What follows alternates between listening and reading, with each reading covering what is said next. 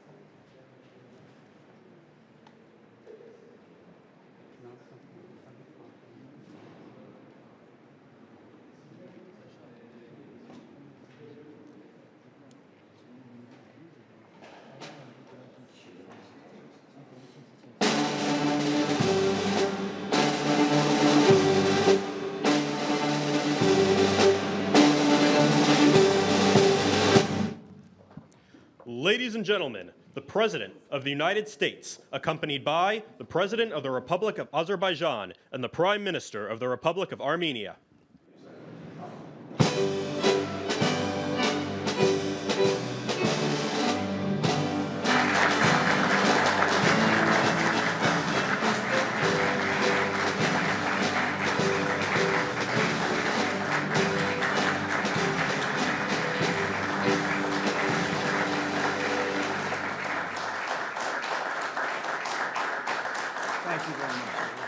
Thank you very much. It's a great honor. Thank you.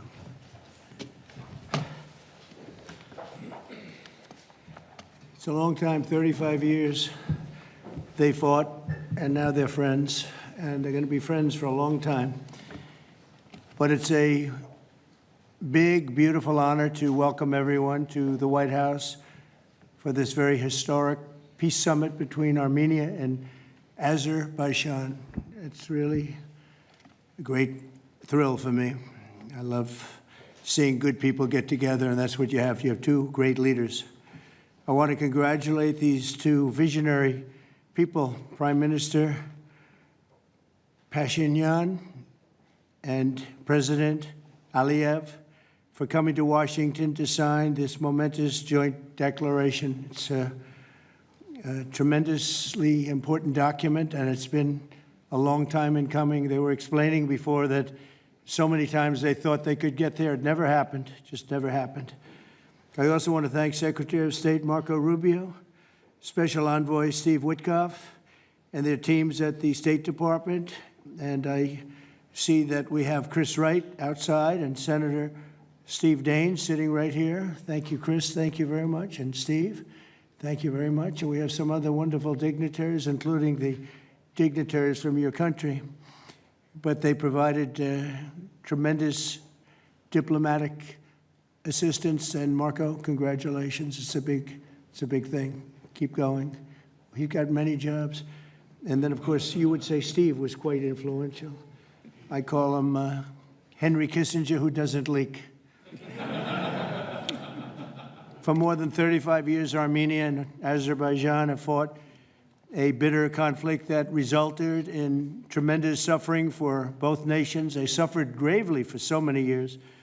Many tried to find a resolution, including the European Union. The Russians worked very hard on it, never happened. Sleepy Joe Biden tried, but you know what happened there. He tried for probably 12 minutes and didn't work out. And many other countries tried, and they were unsuccessful. But with this accord, we've finally succeeded in making peace, and we just left the Oval Office where we signed voluminous documents and very important elements to the agreement. The country of Armenia and Azerbaijan are committing to stop all fighting forever, open up commerce, travel, and diplomatic relations, and respect each other's sovereignty and territorial integrity, so importantly. And I just spent a lot of time with these two men. I think they're going to have a great relationship. You want to know the truth? They didn't see each other that much, but they probably will. I think they're going to have. I think you two are going to have a great relationship. I have no doubt. And if you don't, call me and I'll straighten it out. Okay. Very importantly, we have also resolved the key issue that foiled previous negotiations. This declaration establishes what they are calling a great honor for me. I didn't ask for this. The Trump route for international peace and prosperity, which is a special transit area that will allow Azerbaijan to get full access to its territory of Nakhchivan while fully respecting Armenia's sovereignty. So they're going to be able to really live and work together, and it's amazing. So that's a very important territory, I guess, very special territory to you, and now they work together. Armenia is also creating an exclusive partnership with the United States to develop this corridor, which could extend for up to 99 years. And then they promise in 99 years they'll extend it, right? You'll promise. But we anticipate significant infrastructure development by American companies. They're very anxious to go in to these two countries, and they're going to spend a lot of money, which will economically benefit all three of our nations. This is incredibly positive news for the future of the entire region, and it's a very important region, as you know. Additionally, the U.S. is signing a bilateral agreement with both countries to expand cooperation in energy, trade, and technology, including AI. And in terms of energy, Chris is here representing our country, and there's nobody better than Chris Wright. And Chris, I understand it's very fertile. It's a very fertile area. So I appreciate everything you've done. You've done amazingly well. We've got the gasoline prices coming way down from where they were, and it's really been something to watch. We are drilling like we haven't drilled in many years. I guess I could say ever before, and we just started. We're also lifting restrictions on defense cooperation between Azerbaijan and the United States of America. The president, that's a big deal. Is that important to you? I think so. That was pretty good. They're very happy about that. So am I. As president, my highest aspiration is to bring peace and stability to the world.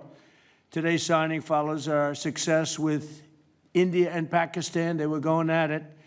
They were going at it big, and they were two great leaders that came together just prior to what would have been a tremendous conflict, as you know, a nuclear conflict probably. Also, the Congo and Rwanda. Now, that was one which was going on for 31 years. You have them beat. 35 years, you had them beat. But that was going on for 31 years, and we have it all done. People are very happy. That was a rough one. That was nasty. 7 million people that they know of died.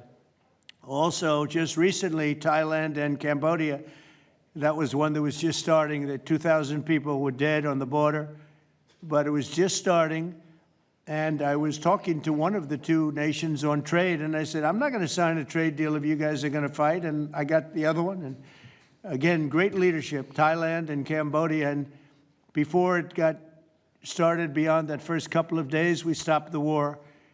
And they've had wars periodically, very much as you two have had long-term wars. And we got it stopped. And the two, again, I find in all cases, they're great leaders. If they didn't agree, I would say they're lousy leaders, to be honest with you, but they did agree.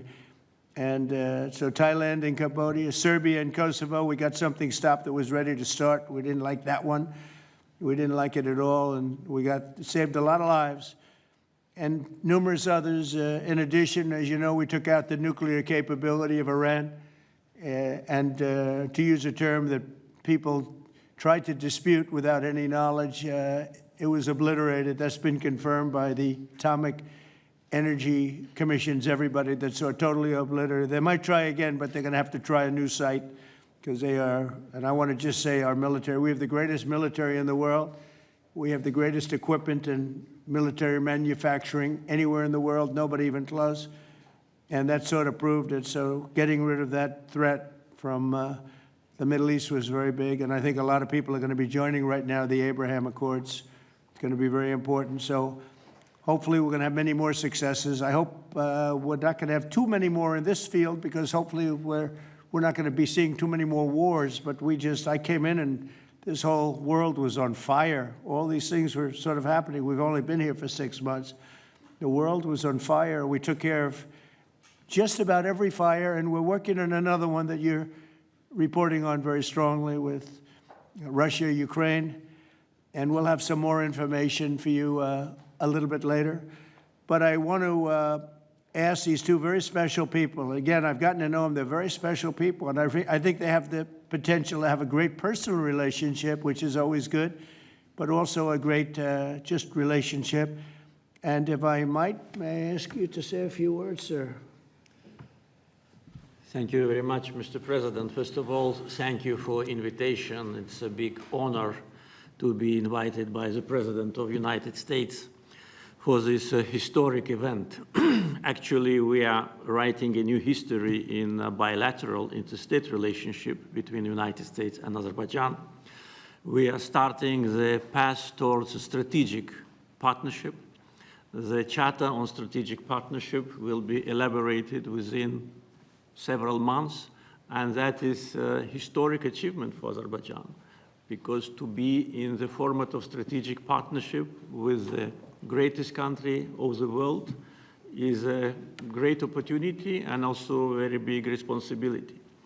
And this strategic partnership format embraces so many important areas: mutual investment, trade, energy, connectivity, transit, AI, defense sales, counterterrorism. So all these areas where we had and hopefully will have very active cooperation in the future. So it opens a lot of opportunities for Azerbaijan to continue its path of development, to diversify its economy, to keep unemployment low as it is today, and to look to the future with great optimism. Also, I'm very grateful to Mr. President that he today lifted the restrictions which have been imposed on Azerbaijan back in 1992, just only 1 year after Azerbaijan restored its independence. These restrictions have been imposed on us. So after 33 years, these restrictions have been lifted just today. So really, it's a day which will be remembered by the people of Azerbaijan with a feeling of pride and gratitude to President Trump for his attitude to Azerbaijan, for his vision, for not only for our region. We were exchanging views today, and I said that within several months he managed to put an end to conflicts in Asia, in Africa, and now in Southern Caucasus. what we could not achieve for more than 30 years. We had to sacrifice lives. We had to fight two very bad wars with a lot of casualties. And if not for President Trump and his team, and our great friend, Mr. Witkov and his team, probably today, Armenia and Azerbaijan would have been again in this endless process of negotiations.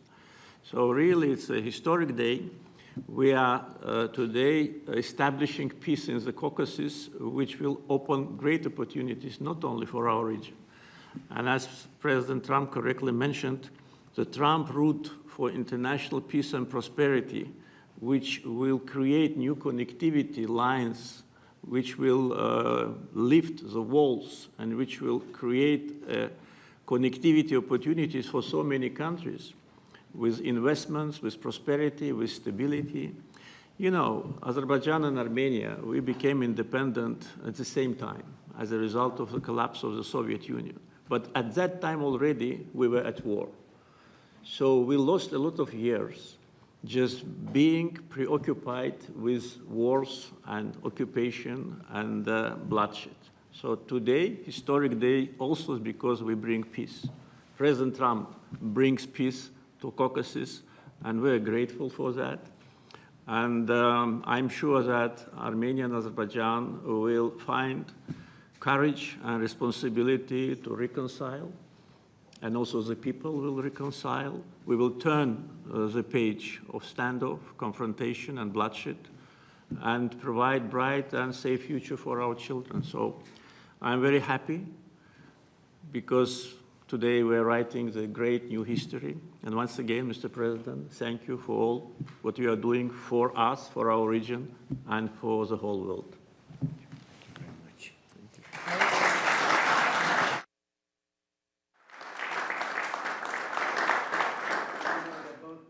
Great leaders. How long have you been in the leadership position?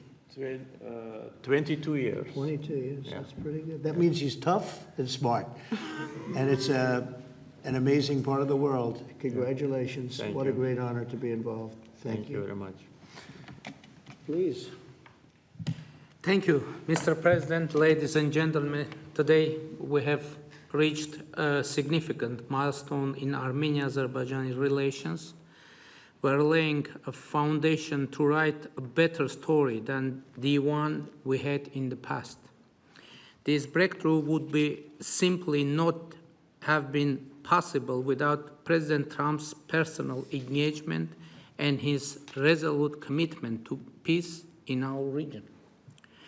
The initiating of peace agreement will pave the way to end the decades of conflict between our countries and open a new era based on the full respect for the sovereignty and territorial integrity of each other. Today's declarations, which President Trump personally will sign as well as witness, gives confidence and assurance that we are opening a chapter of peace, prosperity, security, and economic cooperation in the South Caucasus. In this context, allow me to highlight the agreement on opening transport communications in the region based on the principles of sovereignty, territorial integrity, and jurisdiction. I'm particularly thrilled that together with the US, Armenia will work to bring to life the TRIP, Trump Road for Peace and Prosperity, a connectivity project that will unlock the entire region. TRIP will unlock strategic economic opportunities that will create long-term benefits. It will promote infrastructure investment, enhance regional connectivity, and strengthen U.S. leadership as a champion of conflict resolution. I want to thank President Trump and his team for brokering this game-changing outcome between Armenia and Azerbaijan. This is a great deal we've achieved today. This is a success for our countries and for our region, and a success for the world, because a more peaceful region means a safer world. This is peace through strength in a neutral. Mr. President, today's great achievement is yet another testimony to your global leadership and your legacy as a statesman and a peacemaker on the world stage. Bringing peace required vision, political courage, and determination. But what is most important is that it requires faith in the cause. As it is said in the Holy Bible, blessed are the peacemakers, for they will be called children of God. May God enlighten this way. Thank you, and my congratulations to all of us, President Aliyev, to you, to all of us, colleagues from Azerbaijan, Armenia, United States, and all the people of our region, all the people of our countries, and my congratulations to the world, because, as I said, it will definitely make world a better place. Thank you.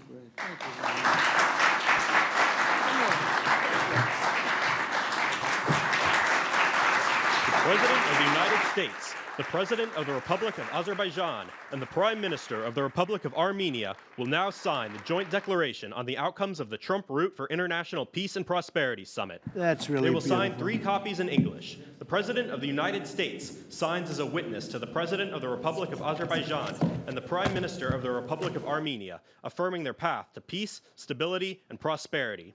We kindly ask that all guests remain seated for the signing of the documents.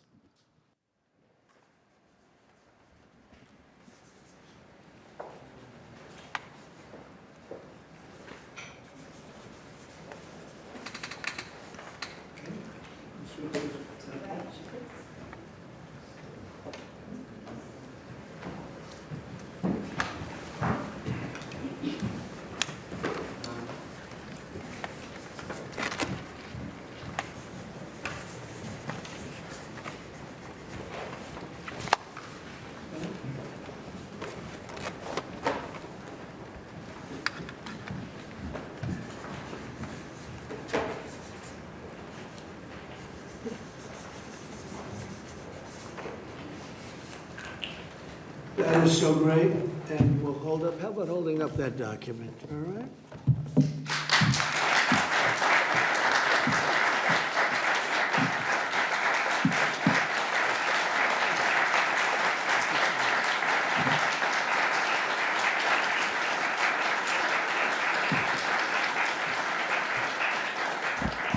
Well, thank you. This is really a big day, and we have some other big announcements, but I didn't want to make them because I don't want to do anything that could even, in a little way, overshadow what's taken place today. 35 years of death and hatred, and now it's going to be love and respect and success together.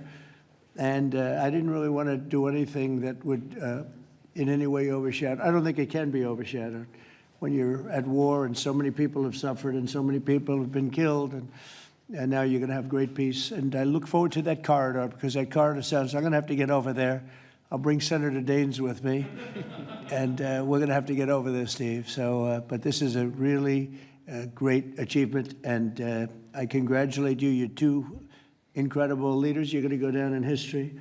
And I've read the whole thing about how long it took, and you thought you were there and people let you down, and sometimes you probably let people down, maybe. I don't know how it works, but that's the way it usually does. But this is something that is very, very special. So I don't want to get in the way of it at all, but we'll take a few questions, maybe at least slightly related, but we have some other things to announce later on in the day. Peter, please. Related, just because you mentioned the elusive peace in Ukraine. Who is holding up this Ukraine ceasefire summit? Is it Putin or is it Zelensky? Well, I think it's, that one is, as you know, we've been working on a lot of these deals. We've closed every single one of them all throughout the world, and that's the last of them. And they're losing, Peter, about 6,000, maybe even 7,000 soldiers every single week. Russia, as you know, lost almost 25,000 over the last month and a half, and Ukraine lost just a small number fewer. It's a lot of people are dying, and I think we're getting very close. And we're going to be announcing later on. We're going to have a meeting with Russia.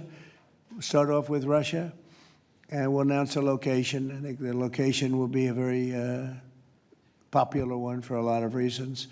But we'll be announcing that a little bit later. I just don't want to do it now because of the importance of what we just did. I completely understand please, that. go Just ahead. a follow-up. Are you surprised that Zelensky hasn't figured out by now, in years of war, how to deal with you and to deal with Putin without needing permission to make concessions from his parliament or from a national referendum? Well, he's going out and getting what he needs. You know, he's not authorized to do certain things. I said, well, you're going to have to get it fast because, you know, we're getting very close to a deal.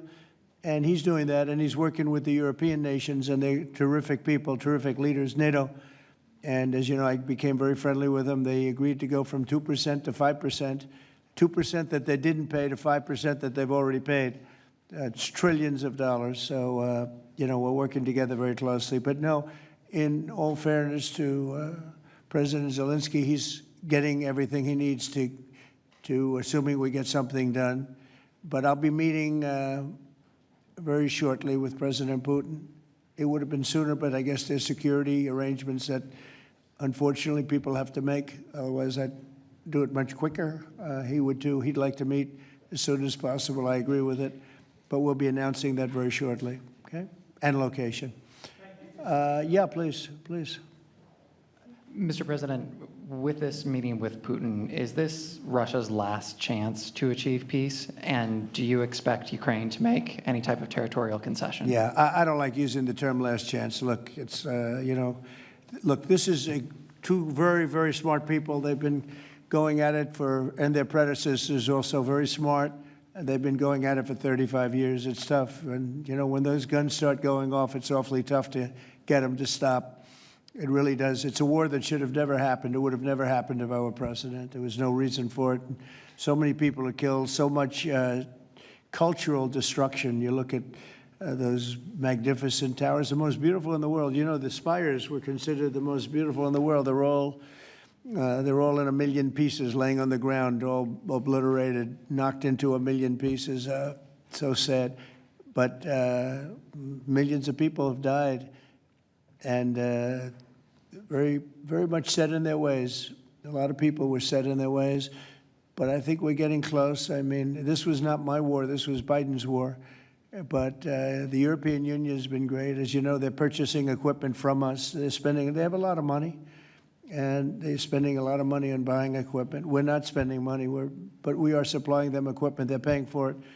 And I think, you know, I think that a lot of things happened recently that would make this go forward. I'm not going to mention anything having to do with India, but maybe that had an impact. But what really had an impact was NATO has stepped up in terms of their spending on buying military equipment. You know, we're in for probably through Biden and his people, $350 billion. $350 billion. When they hear these numbers, you're saying that's a lot of money. $350 billion the United States has spent on that. It should have spent nothing because it should have never happened. It would have never happened. And Europe is in for over $100 billion, which is, it should be the opposite if we were in for anything, but it should be the opposite. And I will say that Europe wants to see peace. The European leaders want to see peace. President Putin, I believe, wants to see peace, and Zelensky wants to see peace. Now, President Zelensky has to get all of his everything he needs because he's going to have to get ready to sign something, and I think he is working hard to get that done. Will Zelensky have to give up territory, Mr. President? Well, you're looking at territory that's been fought over for 3.5 years with, you know, a lot of Russians have died, a lot of Ukrainians have died. So we're looking at that, but we're actually looking to get some back. And some swapping. It's complicated. It's actually nothing easy. It's very complicated, but we're going to get some back. We're going to get some switched. There'll be some swapping of territories to the betterment of both. And but we'll be talking about that either later or tomorrow or whatever. Yeah, please. Say it. If I could ask a question of your guests and also of you. Yeah. Of the guests, will the Armenians from Nagorno-Karabakh be allowed to return? And also, do you have any thoughts on the talk about President Trump winning the Nobel Peace Prize?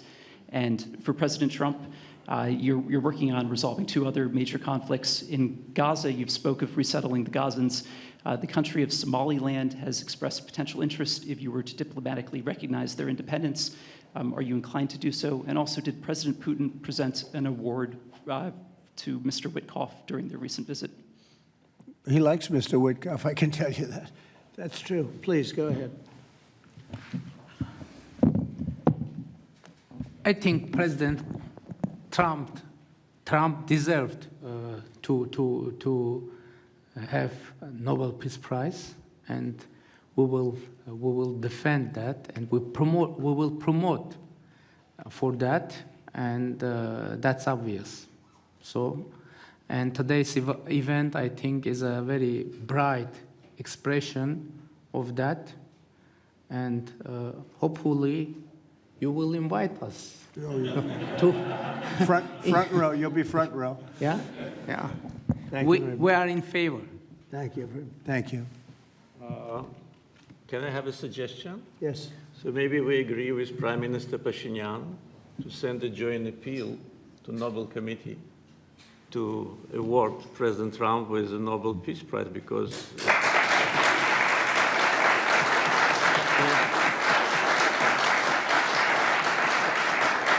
from the leaders of the countries which were at war for more than 3 decades, having this historic signature here, it really means a lot. This is tangible result of President Trump's leadership, and no one could have achieved that. There have been many presidents here since beginning of 90s, and the so-called Minsk process, which, by the way, today we put an end to with my Armenian colleague, started in 1992. So negotiation under the auspices of OSCE continued for more than 3 decades without any result. So who, if not President Trump, deserves the Nobel Peace Prize? I don't want to go into the history of some very strange decisions of the Nobel Peace Committee to award the prize for someone who didn't do anything at all. But President Trump, in 6 months, did miracle. So I think that my Armenian colleague will support it, and judging by the reaction of the audience, I think as soon as we come back, we will agree to issue a joint letter. And hopefully, and I also join when President is awarded, we hope that he will invite us to the ceremony. You certainly will be. Thank you very much. Do we have draft to sign now? Well, we'll see what happens. We already It's like early. to sign. Thank you very much. It's very nice. We're looking into that right now. Good question, actually, and another complex one, as you know, but we're working on that right now, Somaliland. Thank you so much. I wanted to ask you, have you spoken to Russian President Putin yet? And would you go to Russia or Ukraine? And what exactly would you say We'll to him? be announcing a location in maybe a little while, and I think you'll be very happy. We'll see what happens, right? All we can do is do our best. We've been working on this one for a long time. This is a very complicated one also. This was extremely complicated, but we made it less complicated, and we had 2 very brilliant people on my right and my left. They understood what was at stake. I think if it didn't get done now, it might have never gotten done. So this is the same, very similar with Ukraine. It became more and more complicated as time went on. It was simple at the beginning. It wasn't going to happen. But it became more and more complicated. But I think we're getting close. Yes, ma'am. Yes, go ahead, please. Could the location for the summit be Italy? Location, Oh. Italy. I will give it to you very soon. Honestly, I don't want to do anything. These guys, I don't want to do anything where that's like, because this is a bigger story than a location. A location's good. I'm a real estate person. I know about location. But there's nothing to compete with this in terms of what we're doing today. It's just such a great achievement for these 2 really, they'll go down as great leaders for what they did. I put them together, but what they have been able, and I don't want to do anything. So we'll talk about it later. Today, we'll give you a location today. Cartels, too. You were talking about sending military forces to fight against the drug cartels in Latin America. Do you think it's worth sending our forces, our U.S. forces there to take this on? Cartels where? Central Latin America. Well, Latin America's got a lot of cartels. They've got a lot of drugs flowing. So, you know, we want to protect our country. We have to protect our country. We haven't been doing it for 4 years. And we love this country like they love their countries. We have to protect our country.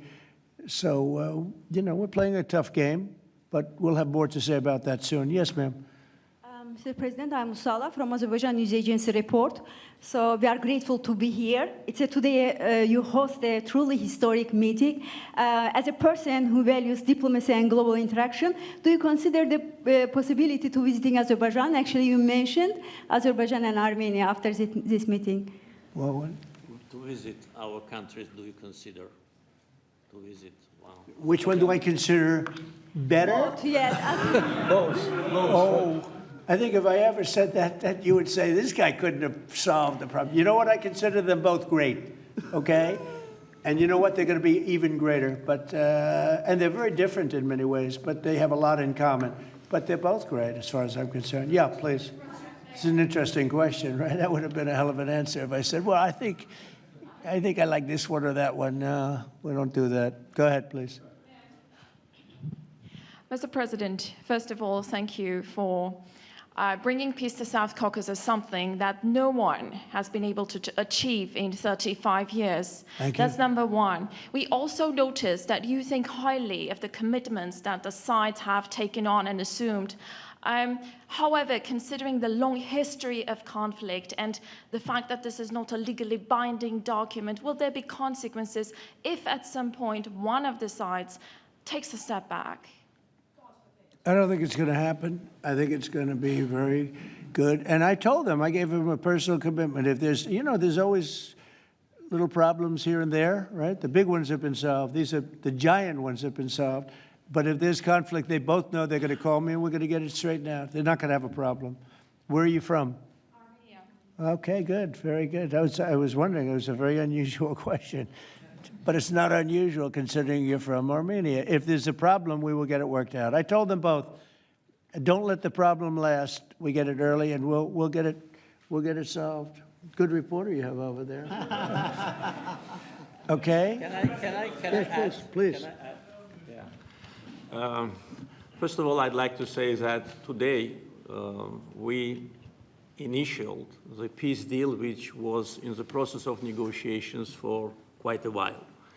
The fact that it is initialed here, in the capital #1 of the world, in the office #1 of the world, and in front of the great President of the United States, means that there should be no doubts and no suspicions that any of the sides would step back. If any of us, Prime Minister Pashinyan or myself, had in mind to step back, we wouldn't have come here.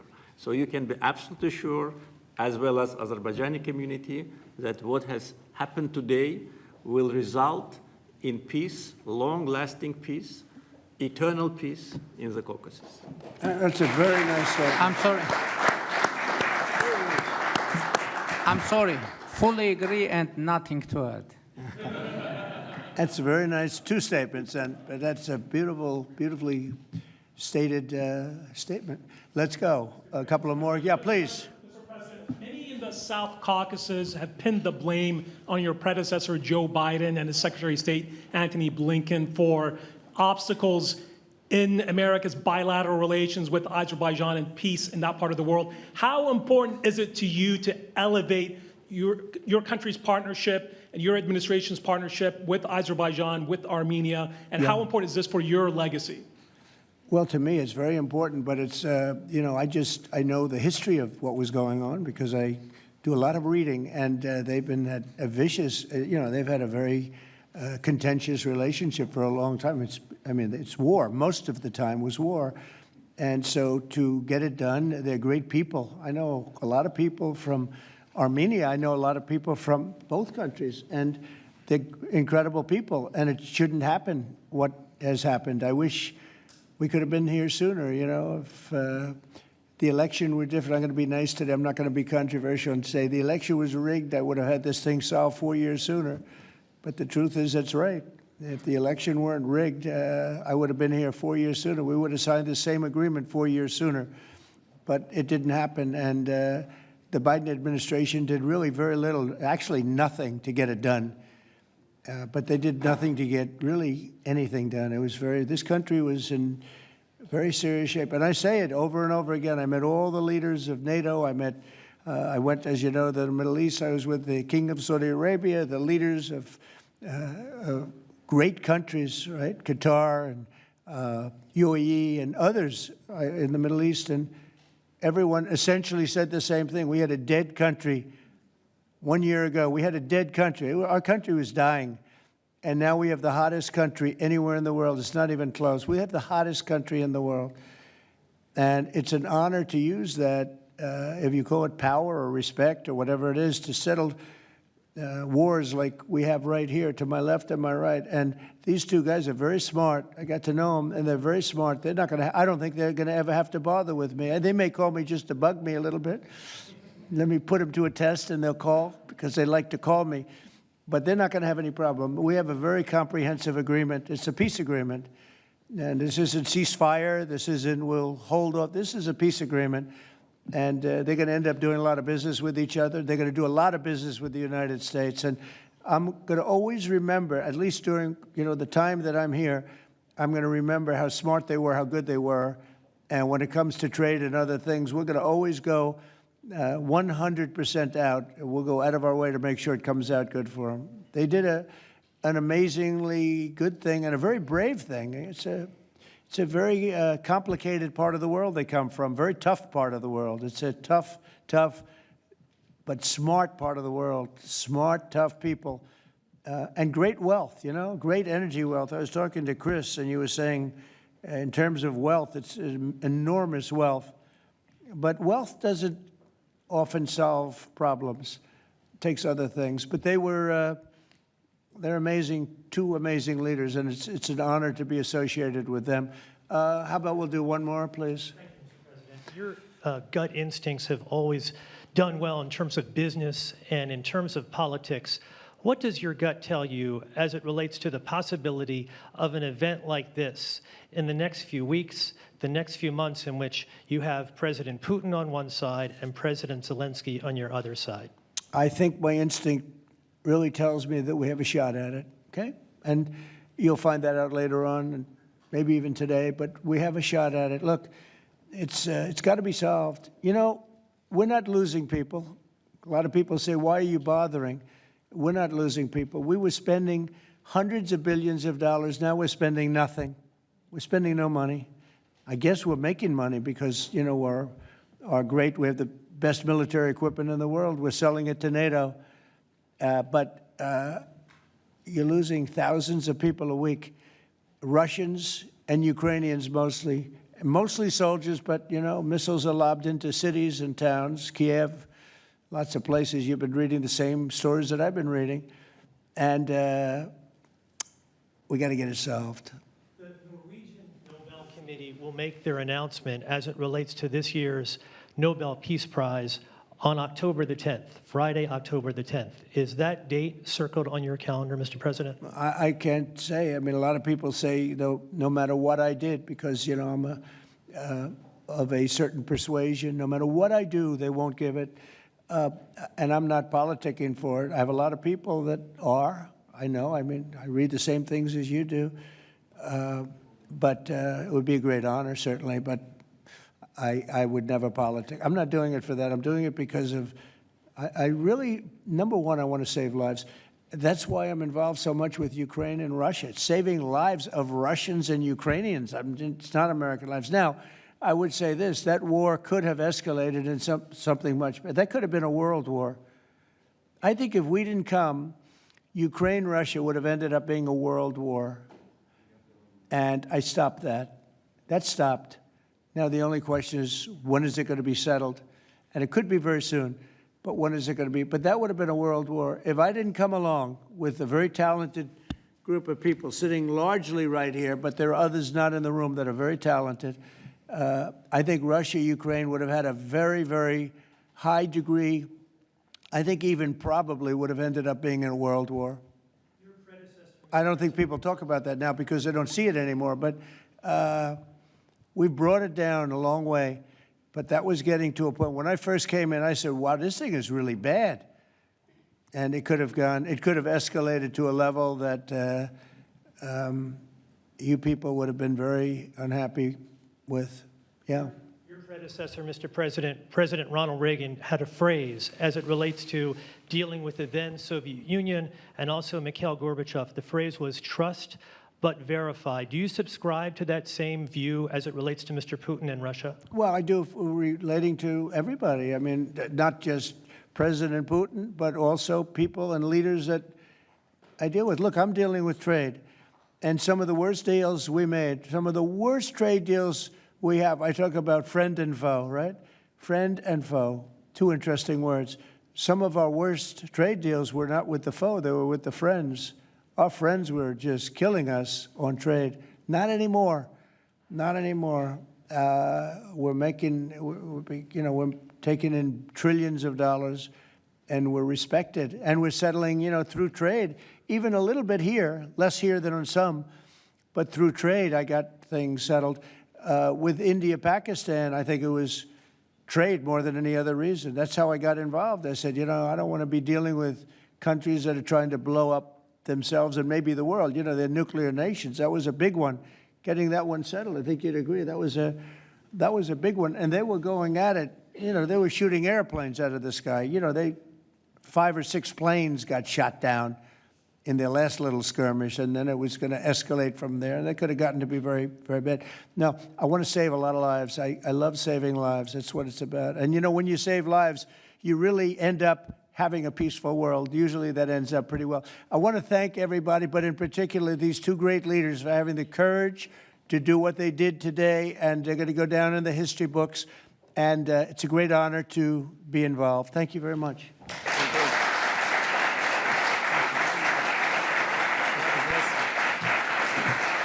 Thank you. Thank you. Ladies and gentlemen, please remain in your seats until the leaders have departed the room. Thank you.